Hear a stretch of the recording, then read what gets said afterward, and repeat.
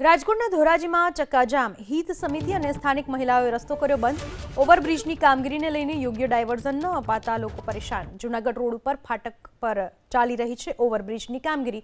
અનેક રજૂઆત છતાં સમસ્યાનો ઉકેલ ન આવતા રોષ। ધોરાજી કોંગ્રેસના નેતાઓ પણ વિરોધ પ્રદર્શનમાં જોડાયા। 3 દિવસમાં માંગ નહીં સંતોષાય તો ધોરાજી બંધની આપે ચીમકી।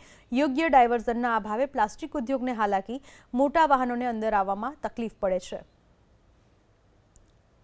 આ આંદોલનનો મૂળ હેતુ ધોરાજીની અંદર ઓવરબ્રિજ બને છે તેની બાજુની અંદર સર્વિસ રોડ આપવામાં આવ્યા નથી અને અમને જે ડ્રાઇવર્જન આપેલું છે એ ગાડા કેડે કાચા રસ્તા ઉપર ડ્રાઇવર્જન આપ્યો છે, એ બહુ ખરાબ હાલતમાં છે।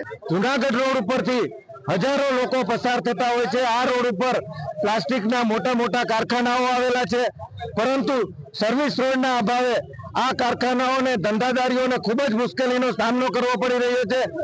હાલમાં જોઈએ તો તંત્ર અને કોન્ટ્રાક્ટરનો મેલ મિલાપ પણ હોય તેવું સામે આવી રહ્યું છે। ધૂળ એટલી બધી ઉડે છે કે અમે દરવાજા કે બારી બારણા ખોલી શકતા નથી અને બહુ હેરાન થાય છે। કોઈ આટલી રજૂઆત કરી, કોઈ જવાબ આપતું નથી। અમારી માંગણી છે કે હાલમાં જે ઓવરબ્રિજનું કામ ચાલુ છે તેમાં બંને બાજુ પાકો સર્વિસ રોડ આપવામાં આવે તથા વૈકલ્પિક ફાટકની વ્યવસ્થા કરવામાં આવે અને યોગ્ય ડાયવર્ઝન આપવામાં આવે।